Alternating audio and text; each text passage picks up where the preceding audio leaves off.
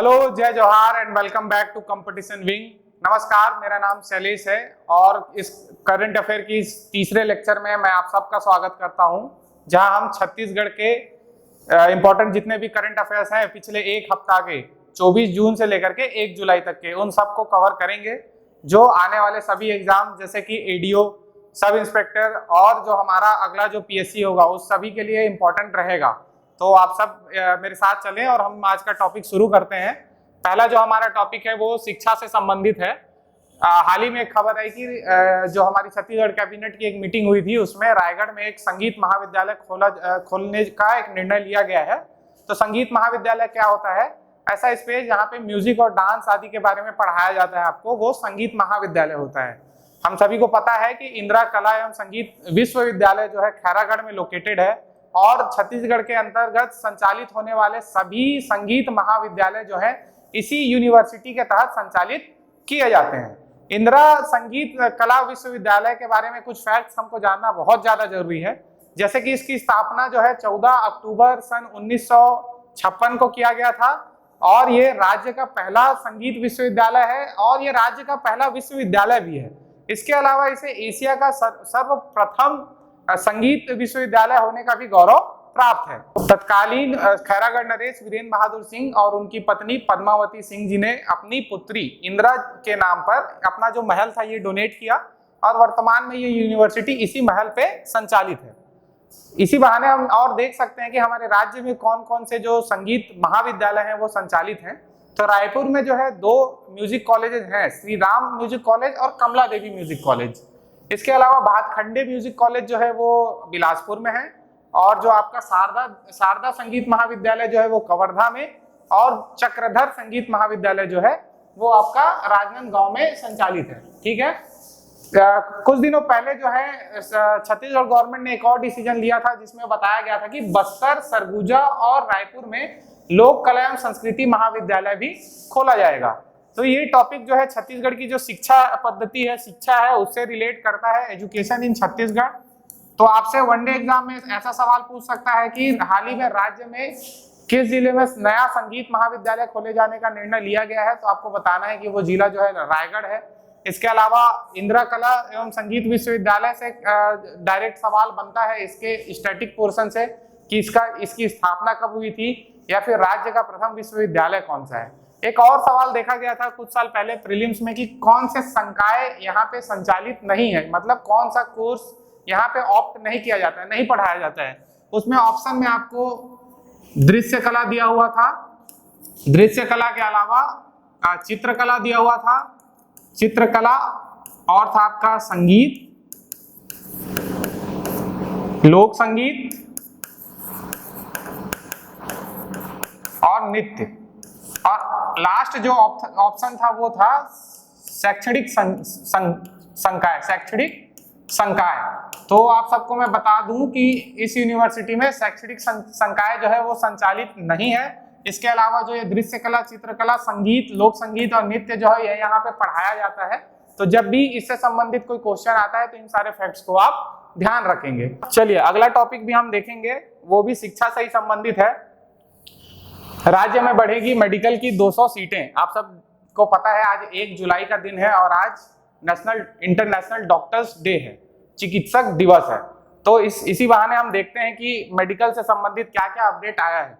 तो हाल ही में सेंट्रल की जो टीम है उसने वर्चुअली दौरा किया और जो महासमुंद और कोरबा यहाँ पे जो मेडिकल कॉलेजेस की बिल्डिंग ऑलरेडी तैयार है उसका वर्चुअल रूप से दौरा किया और ऐसा अनुमान लगाया जा रहा है कि आने वाले सत्र में इन दोनों कॉलेजेस को एमबीबीएस की पढ़ाई के लिए मान्यता दे दी जाएगी और लगभग 200 सीटें बढ़ेंगी। वर्तमान में देखते हैं कि कुल एमबीबीएस की सीट्स राज्य में कितनी है, तो 1345 है और ये जब 200 बढ़ जाएंगी तो ये कुल मिला के 1545 सीट्स राज्य में हो जाएंगी। ठीक है। अब इसी बहाने हम ये भी देखते हैं कि राज्य में कितने मेडिकल कॉलेजेस हैं, समय समय पे इनके नाम पे परिवर्तन होते रहता है। तो वो नए नाम जो दिए गए हैं वो भी क्या है, ये कभी भी वनडे एग्जाम, ऑब्जेक्टिव एग्जाम में आता रहता है इससे संबंधित सवाल। तो अगर देखा जाए तो टोटल ऐसे 14 मेडिकल कॉलेजेस हैं जो हमारे छत्तीसगढ़ में संचालित हैं, जिसमें से सबसे पहला जो है वो एम्स है और ये केंद्र सेंट्रल गवर्नमेंट का कॉलेज होता है जिसको हम एम्स बोलते हैं और ये रायपुर में स्थित है। All India institute of Medical science. इसके अलावा टोटल 10 कॉलेज हैं जो राज्य के अंदर आते हैं, स्टेट गवर्नमेंट के द्वारा संचालित किए जाते हैं, और टोटल 3 हैं जो निजी अर्थात प्राइवेट है। प्राइवेट को अगर हम पहले देखें तो रायपुर में जो है रिम्स है, Raipur institute of Medical science, आपका दुर्ग में शंकराचार्य है, इसके अलावा रायपुर में ही एक इसी सत्र से, पिछले सत्र से जो चालू हुआ उसका नाम है बालाजी मेडिकल इंस्टीट्यूट। और अगर गवर्नमेंट वालों को देखें तो हमें इसको याद करना है, 5 संभाग में एक मेडिकल कॉलेजेस हैं और कुछ संभाग में 1 से ज्यादा हैं। तो इसको याद करने का जो तरीका है, अगर हम रायपुर से शुरू करते हैं तो रायपुर में हम सबको पता है मेकाहारा को दूसरा और किस नाम से जाना जाता है तो जवाहरलाल नेहरू स्मृति चिकित्सा महाविद्यालय। अगर हम बिलासपुर जाएंगे तो CIMS, Chhattisgarh Institute of Medical Science. Durg में अगर हम देखेंगे तो चंदूलाल चंद्राकर। इसके अलावा अगर हम जगदलपुर जाते हैं तो बलीराम कश्यप मेडिकल कॉलेज, और अगर हम अंबिकापुर जाते हैं तो राजमाता देवेंद्र कुमारी सिंहदेव मेडिकल कॉलेज। अब और जो जितने मेडिकल कॉलेज हैं उसको भी हम क्विकली एक बार रिवाइज कर लेते हैं। सरगुजा संभाग में सिर्फ एक ही मेडिकल कॉलेज है। अगर बस्तर में जाएं तो बस्तर के अलावा कांकेर में एक मेडिकल कॉलेज है। अगर हम दुर्ग का देखते हैं तो दुर्ग में जो गवर्नमेंट कॉलेज है वो तो हमने चर्चा कर लिया, चंदूलाल चंद्राकर। इसके अलावा राजनांदगांव में भी एक मेडिकल कॉलेज है जिसका नाम है अटल बिहारी वाजपेयी मेडिकल कॉलेज। अगर हम बिलासपुर संभाग जाते हैं तो बिलासपुर संभाग में बिलासपुर के अलावा कोरबा, जैसे कि मैंने बताया, और रायगढ़ में भी मेडिकल कॉलेज संचालित है। तो ये सब नाम आप याद रखेंगे। जैसे कोरबा मेडिकल कॉलेज का नाम हाल ही में बिसाहू दास महंत जी के नाम पे रखा गया है। रायगढ़ का जो मेडिकल कॉलेज है वो लखीराम अग्रवाल जी के नाम पे है। तो ये टॉपिक हमारा इतना ही था, ये स्टैटिक से ज्यादा रिलेट करता है, इसको आप याद रखने का प्रयास करेंगे। अगला टॉपिक आत्मानंद अंग्रेजी माध्यम स्कूल से संबंधित है, जिसमें रिसेंटली गवर्नमेंट ने डिक्लेयर किया कि 76 नए English medium school, Atmanand English medium school राज्य में खोले जाएंगे। और ये संख्या जो है, इन स्कूलों की संख्या जो है अब 171 से बढ़ करके 247 हो जाएगी। तो ये एक रीसेंट अपडेट था। इसके अलावा आप ये भी देख सकते हैं कि इसका शुभारंभ कब किया गया था, तो 1 नवंबर 2020 को किया गया था, राज्य स्थापना के दिन 2 साल पहले। और इसकी संख्या में हाल ही में बहुत ज्यादा वृद्धि हुई है, इसकी डिमांड काफी बढ़ रही है। ग्रामीण क्षेत्र के ऐसे बच्चे जो पहले सिर्फ हिंदी मीडियम स्कूल्स में पढ़ने को मजबूर थे, इनको एक अच्छी अपॉर्चुनिटी मिल रही है यहाँ पढ़ने के लिए। और इसी सत्र से ही गवर्नमेंट ने एक और चीज डिक्लेयर किया है कि राज्य में 32 नए आत्मानंद हिंदी मीडियम स्कूल भी खोले जाएंगे, ठीक है। और इसका पहला स्कूल जो है वो रायपुर में मायाराम सुरजन हिंदी मीडियम जो स्कूल है उसको आत्मानंद में कन्वर्ट किया गया है। तो ये नाम भी आपको याद रखना है। तो शिक्षा से संबंधित ये 3 टॉपिक थे जो आपके लिए इंपॉर्टेंट है। अगले टॉपिक की तरफ चलते हैं हम। अगला टॉपिक जो है पीवीटीजी, जो पर्टिकुलरली या फिर प्रिमिटिव वर्नरेबल ट्राइबल ग्रुप्स जो होते हैं, हमारी विशेष पिछड़ी जनजाति, उनसे संबंधित है। अभी आप सबको पता होगा कि भेंट मुलाकात कार्यक्रम सीएम हमारे भूपेश बघेल जी हैं, उनके द्वारा चलाया जा रहा है। उसी में हाल ही में उनका जसपुर दौरा हुआ और जसपुर दौरे में ही उन्होंने ये डिक्लेयर किया कि जो विशेष पिछड़ी जनजाति के शिक्षित युवा बेरोजगार हैं, उनको उनकी योग्यता अनुसार तृतीय और चतुर्थ श्रेणियों में सीधी भर्ती के माध्यम से नौकरी दिया जाएगा। तो हमको पता है कि राज्य में कुल 7 विशेष पिछड़ी जनजाति हैं, जिसमें से 5 जो है वो केंद्र सरकार के द्वारा घोषित हैं, जिन्हें राष्ट्रपति का दत्तक पुत्र भी कहा जाता है। इसके अलावा 2 पंडो और भुंजिया जो है वो राज्य सरकार के द्वारा डिक्लेयर्ड है विशेष पिछड़ी जनजाति के रूप में। जो 5 जो है केंद्र सरकार के द्वारा डिक्लेयर्ड है उनको हम एक बार देख लेते हैं। अबुझ माड़िया, ये नारायणपुर के क्षेत्र में निवास करते हैं। पहाड़ी कोरवा जो होते हैं ये जसपुर सरगुजा वाले क्षेत्र में निवास करते हैं।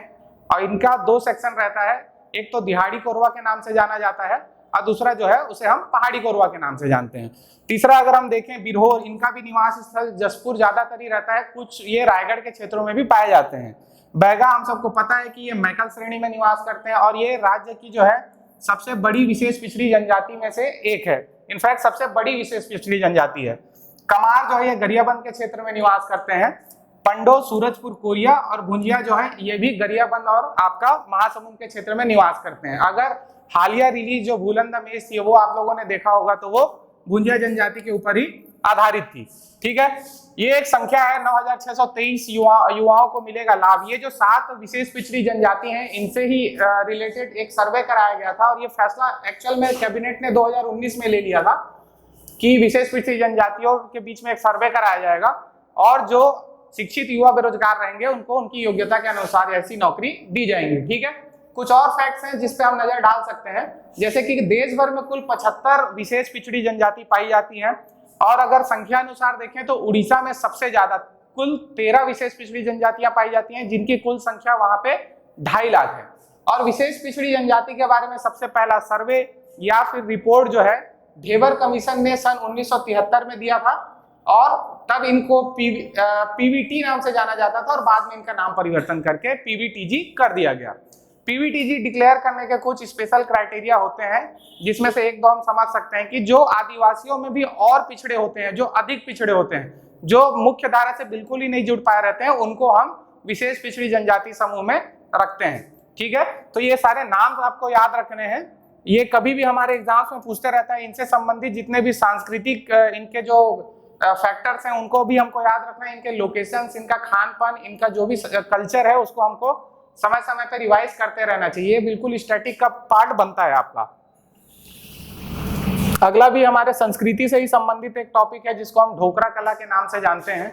हाल ही में G7 समिट हुआ जर्मनी में, जिसमें हमारे देश से हमारे प्रधानमंत्री श्री नरेंद्र मोदी जी ने पार्टिसिपेट किया और जो G7 के 7 देश हैं उन सभी देशों के राष्ट्र प्रमुख जो थे उनको भारत की संस्कृति से जुड़ी हुई कुछ विशेष चीजें गिफ्ट की गई, जिसमें से छत्तीसगढ़ के लिए बहुत गौरव की बात है कि छत्तीसगढ़ की जो ढोकरा कला है उससे संबंधित 2 चीजें, एक आप ये देख सकते हैं रामायण थीम पर आधारित एक ढोकरा कला की एक थीम है और ढोकरा कला है, और दूसरी जो ये नंदी है, ये दोनों चीजें जो है गिफ्ट की गई हैं। ये रामायण थीम वाली जो है ये सिरिल रामाफोसा जो साउथ अफ्रीका के राष्ट्रपति हैं, ये उनको दिया गया। इसके अलावा ये जो नंदी है ये अर्जेंटीना के राष्ट्रपति अल्बर्टो फर्नांडिस जी को दिया गया। तो इस बहाने ही हमको ढोकरा कला से संबंधित सभी फैक्ट्स को रिवाइज करना चाहिए और उससे संबंधित जो कलाकार हैं हमारे उनके बारे में जानना चाहिए, क्योंकि ये जो आर्ट है ये आज का नहीं है। इसके जो प्रथम ट्रेसेस हैं, फर्स्ट ट्रेसेस हैं, वो 4000 साल पहले हमको मिलते हैं। मोहनजोदाड़ो जो सभ्यता थी हमारी, हड़प्पा सभ्यता, उसमें से भी ये ट्रेसेस हमको प्राप्त हुए हैं। ठीक है, तो ये दोनों चीजों के नाम आपको याद रखना है और कौन सा चीज किनको दिया गया। अल्बर्टो फर्नांडिस जी को जो है वो नंदी थीम जो शिव जी का सवारी भी माना जाता है उनको दिया गया, और ये जो रामायण बेस्ड जो हमारा ढोकरा कला है वो दक्षिण अफ्रीका के राष्ट्रपति सिरिल रामाफोसा जी को दिया गया। ठीक है, इस टॉपिक में इतना ही था। आगे देखें तो भेंट मुलाकात कार्यक्रम आप सबको पता है कि ये कब से चालू हुआ है, 4 मई 2022।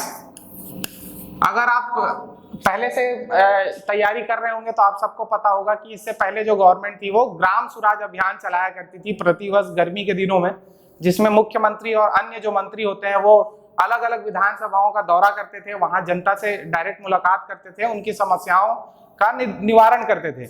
उसी के तर्ज पर एक भेंट मुलाकात कार्यक्रम चालू किया गया है, जिसकी शुरुआत 4 मई 2022 को बलरामपुर रामानुजगंज क्षेत्र से शुरू किया गया था। अभी वर्तमान में इसका दूसरा जो फेज है वो जारी है। तो हाल ही में मुख्यमंत्री जी का दौरा जसपुर जिले में हुआ और वहां से क्या क्या चीजें हमारे काम की निकल के आई हैं उसको हम देखते हैं। ये पहली तस्वीर आप देख सकते हैं जिसमें एस्ट्रोटर्फ में सीएम साहब हॉकी खेल रहे हैं। तो इससे हमको क्या इंपॉर्टेंट चीजें निकालनी है कि जो हॉकी जो हमारा खेल है, तो साई जो स्पोर्ट्स अथॉरिटी ऑफ इंडिया होता है उसने राजनांदगांव और जसपुर को जो है हॉकी ट्रेनिंग सेंटर के लिए मान्यता प्रदान की है। इसके अलावा 5 और सेंटर्स हैं जिनके बारे में मैंने ऑलरेडी आपको पहले के वीडियोस में बताया है, उसको आपको रिमाइंड करके रखना है। ठीक है, अगला देखें तो ये है तीरंदाजी एकेडमी, जो हमारा जो खेलो इंडिया स्कीम है उसके तहत 1 डिस्ट्रिक्ट 1 गेम जो प्रोग्राम चल रहा था उसमें जसपुर डिस्ट्रिक्ट को तीरंदाजी का सेंटर के रूप में भी चुना गया है। अगला टॉपिक अगर देखें तो पर्यटन को बढ़ावा देने के उद्देश्य से मुख्यमंत्री द्वारा सरना एथनिक रिजॉर्ट जो जसपुर में लोकेटेड है वहां एक टेलीस्कोप का शुभारंभ किया गया। ये इतना इंपॉर्टेंट नहीं है कि आप टेलीस्कोप को याद रखें, लेकिन ये जो सरना एथनिक रिजॉर्ट है इसी बहाने आप राज्य में जितने भी ट्राइबल टूरिस्ट सर्किट से रिलेटेड हाल ही में जितने भी रिसोर्ट बनाए गए हैं, जैसा कि बैगा एथनिक रिसोर्ट है या फिर जोहार रिसोर्ट है, इन सभी रिसोर्ट्स को याद करके रखेंगे। अगला बहुत ही इंपॉर्टेंट टॉपिक जो जसपुर से ही निकल के आया वो है प्रदेश के पहले उच्च स्तरीय फूड प्रोसेसिंग पैकेजिंग लैब, इसका उद्घाटन किया गया। यहाँ अगर हम देखें तो एक तस्वीर जो आई है वो क्या बता रही है कि पहला उच्च स्तरीय प्रोसेसिंग लैब बनकर तैयार खाद्य सामग्रियों की होगी पैकेजिंग। हम सबको पता है कि जसपुर जो है बागबानी फसलों के लिए काफी प्रचलित है और ऐसे बागबानी फसल जल्दी कई ऐसे प्रोडक्ट्स होते हैं जैसे लीची या स्ट्रॉबेरी, इनके जल्दी खराब होने की संभावना होती है, तो इनको मशीनों के द्वारा पैक किया जाएगा और महीनों तक इसको सुरक्षित रखा जा सकता है। इसके साथ ही इसको बाहर हम एक्सपोर्ट भी कर सकते हैं। तो ऐसा एक एमसीक्यू में सवाल बन सकता है कि पहला उच्च स्तरीय प्रोसेसिंग लैब किस जिले में बनाया गया है, तो आपको याद रखना है कि जसपुर में।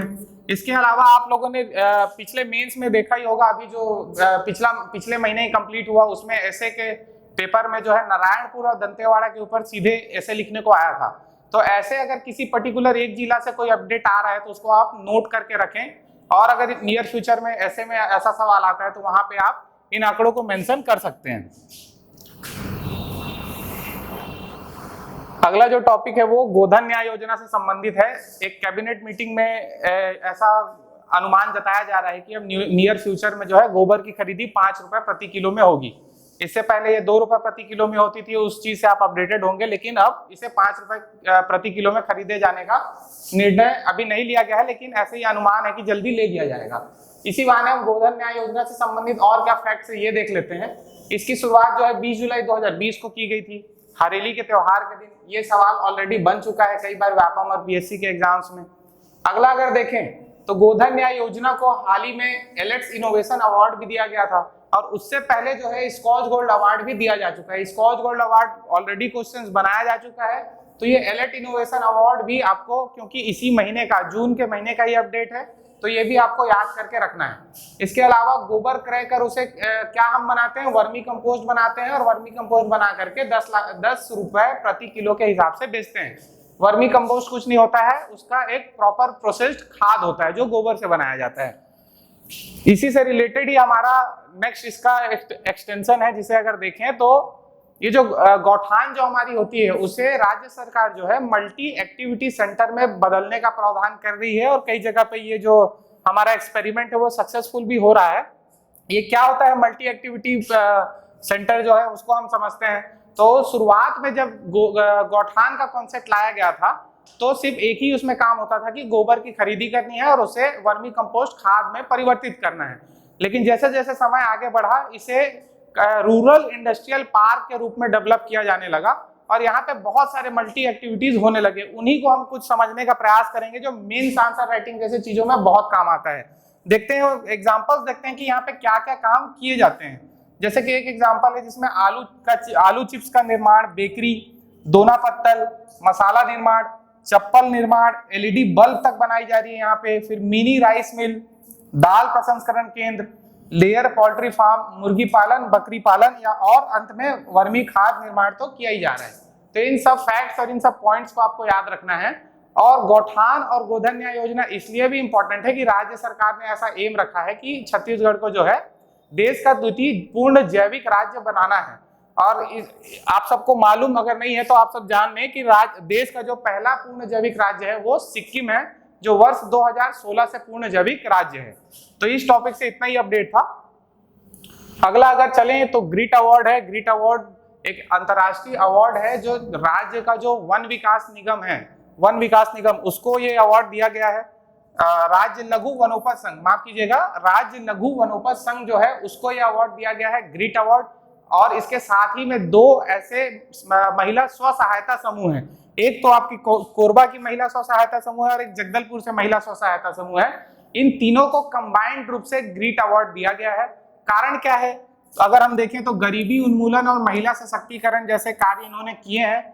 आपको पता है सेल्फ हेल्प ग्रुप के माध्यम से महिलाओं को नया रोजगार सृजन किया जा रहा है, तो उनके आय में भी वृद्धि हो रही है और उनका अगर गरीबी की स्थिति है तो उससे भी बाहर निकलने का एक अपॉर्चुनिटी है।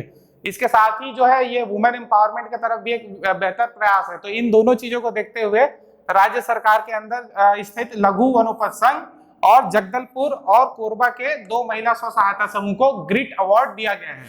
तो एक अवार्ड याद रखिएगा, कभी भी ये 1 लाइनर क्वेश्चन बन सकता है कि राज्य में किसे ग्रिट अवार्ड से सम्मानित किया गया है या फिर किस संघ को ग्रिट अवार्ड दिया गया है। आई होप यहां तक आपको क्लियर है सब चीज। अगला अगर देखें तो एकदम छोटा सा टॉपिक है मोर पहापौर मोर द्वार।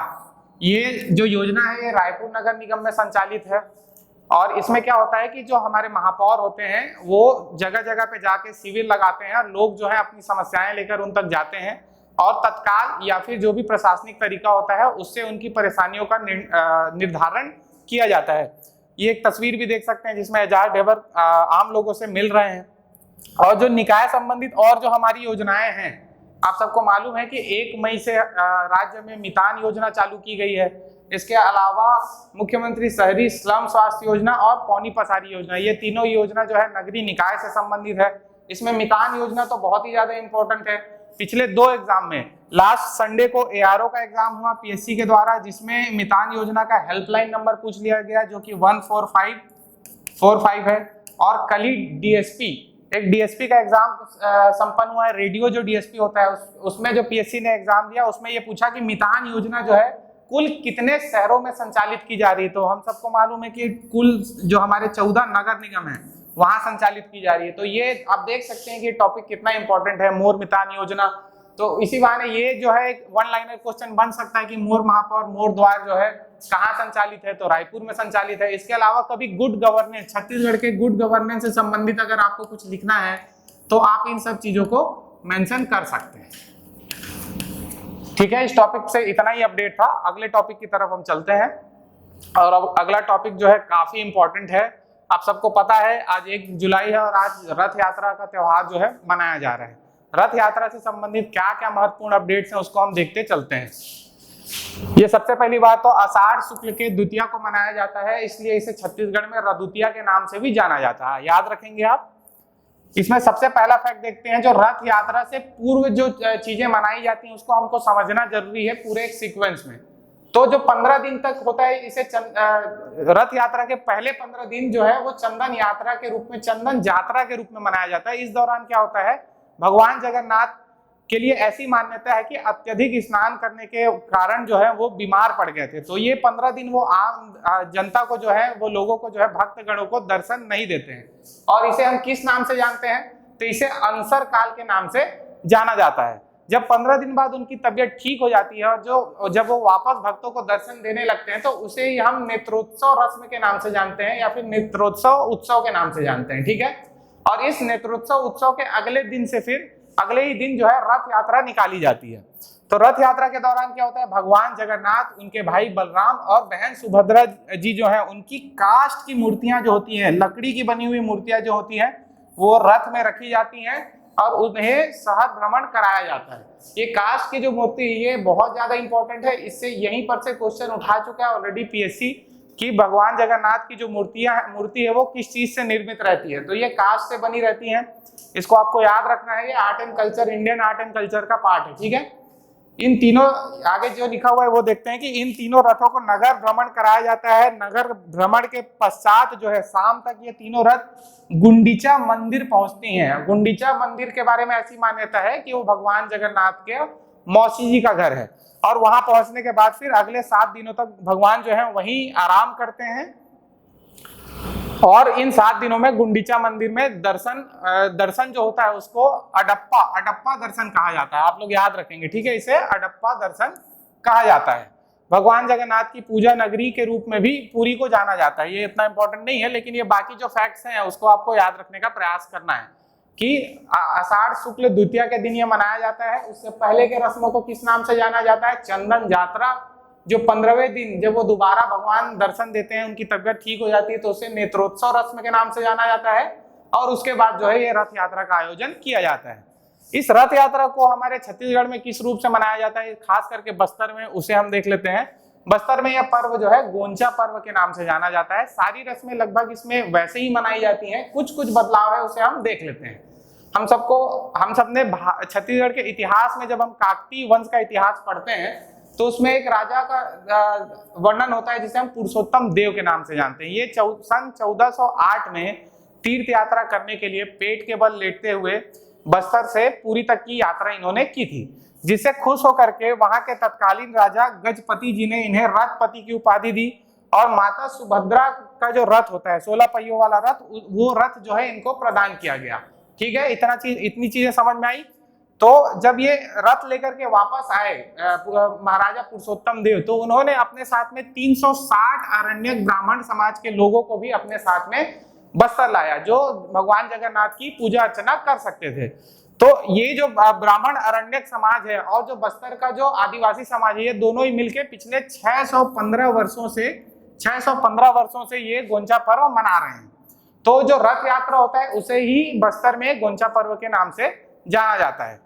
जब तीनों भगवान को जो है रथ पे बैठाया जाता है, तो वहां पे जो तुपकी होता है, तुपकी उससे सलामी दी जाती है। तुपकी क्या होता है? बांस की एक नली के समान होता है, जिसको हम बांस का बंदूक भी बोल सकते हैं। उसे एक विशेष प्रकार की आवाज निकलती है, उसको चला करके जो है भगवान जगन्नाथ को और बलराम जी को और सुभद्रा जी को जो है सलामी दी जाती है। ये तुपकी का खास महत्व है, और ऐसा हम बोल सकते हैं कि तुपकी और रथ यात्रा दोनों जो है बस्तर में एक दूसरे के पर्याय बन चुके हैं। इनफैक्ट अगर देखा जाए तो छोटे बच्चे जो होते हैं, यंग बच्चे जो होते हैं, वो तुपकी चलाने को लेकर ही ज्यादा एक्साइटेड रहते हैं, ठीक है।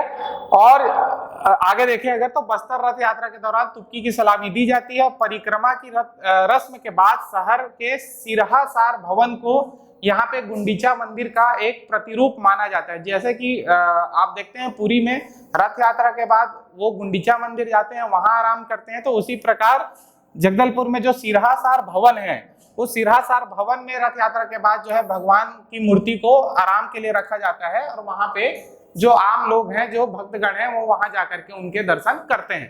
तो एक हमारा संस्कृति का पार्ट है ये, और बस्तर की संस्कृति में बहुत ज्यादा महत्व रखता है, क्योंकि बस्तर दशहरा के बाद दूसरा सबसे इंपॉर्टेंट त्योहार अगर कोई मनाया जाता है बस्तर में, तो वो गोंचा पर्व ही है। तो ये फैक्ट्स आपको याद रखने हैं। ये मेंस आंसर राइटिंग, इसके अलावा ऑब्जेक्टिव टाइप में भी इसका क्वेश्चन बनता है कि गोंचा पर्व कब मनाया जाता है, तो ये आप याद रखेंगे कि आषाढ़ शुक्ल के द्वितीया के दिन में ये मनाया जाता है। लास्ट आज का हमारा टॉपिक है तुहर पौधा तुहर द्वार। ये वन विभाग के द्वारा संचालित किया जाएगा, और इसमें लोगों को अपने घरों और खेतों में पौधा लगाने के लिए निःशुल्क जो है पौधा वितरण किया जाएगा। इसकी शुरुआत जो है आज से ही की जा रही है, 1 जुलाई से, और कुल 1,67,00,000 निःशुल्क पौधे बांटे जाने का इसमें प्रावधान है। तो हमको पता है कि 2020 के जो पीएससी है उसमें मुख्यमंत्री वृक्षारोपण से संबंधित सवाल आ चुका है, इसलिए ऐसा वृक्षारोपण या फिर वनों से संबंधित कोई अपडेट आता है तो उसको हमें जरूर नोट करके रखना चाहिए। तो आज का हमारा टॉपिक इतना ही था। 1 जुलाई तक के अपडेट्स इतने ही थे। और लास्ट जो बात मैं आपसे करना चाहूंगा, आप सबको मालूम है कि हमारा जो पीएससी के लिए जो प्रीलिम्स का टेस्ट सीरीज है वो ऑलरेडी स्टार्ट हो चुका है। कब से स्टार्ट हुआ है? 25 जून से। पहला पेपर ऑर्गेनाइज हो चुका है, दूसरा पेपर जो है कल सैटरडे को 2 जुलाई को ये रखा गया है। ये मॉर्निंग में 10 AM से रहेगा। ये आप सबको एक इंपॉर्टेंट चीज बता दूं कि ये जो फर्स्ट फेज का टेस्ट है, जिसमें टोटल 18 टेस्ट होंगे, ये सभी के लिए निःशुल्क है। इसमें सिर्फ रजिस्ट्रेशन कंपलसरी है। आप एक बार रजिस्टर करें और ये टेस्ट सीरीज में अपीयर हो, क्वेश्चंस की क्वालिटी को देखें, जांचें और अपनी तैयारी को परखें। और मैं आपसे ये भी बोलूंगा कि कैसे पीएससी का पैटर्न जो है वर्तमान में बदल रहा है, तो उसके लिए भी आप कैसे तैयार हो सकते हैं, उसका गाइडेंस भी आप यहाँ आ करके एक्सपर्ट से ले सकते हैं। और ये पूरा 18 टेस्ट जो है वो एब्सोल्युटली फ्री है। बस आपको यहाँ जो नंबर दिया हुआ है इसमें कॉल करके अपने आप को रजिस्टर करना है। ये जो नंबर दिया हुआ है इसमें कॉल करके आपको रजिस्टर करना है, ठीक है। दूसरा फेज जो है 29 अक्टूबर से शुरू होगा। इसमें कुल 14 टेस्ट रहेंगे, और लास्ट जो है फुल लेंथ टेस्ट रहेगा, उसमें टोटल 8 टेस्ट रहेंगे, और 7 जनवरी से 4 फरवरी तक चलेगा। ऐसा नहीं कि ये फुल लेंथ टेस्ट नहीं रहेगा, ये भी फुल लेंथ टेस्ट रहेगा। इसमें भी प्रत्येक टेस्ट में आपको 100 क्वेश्चंस अवेलेबल होंगे, ठीक है।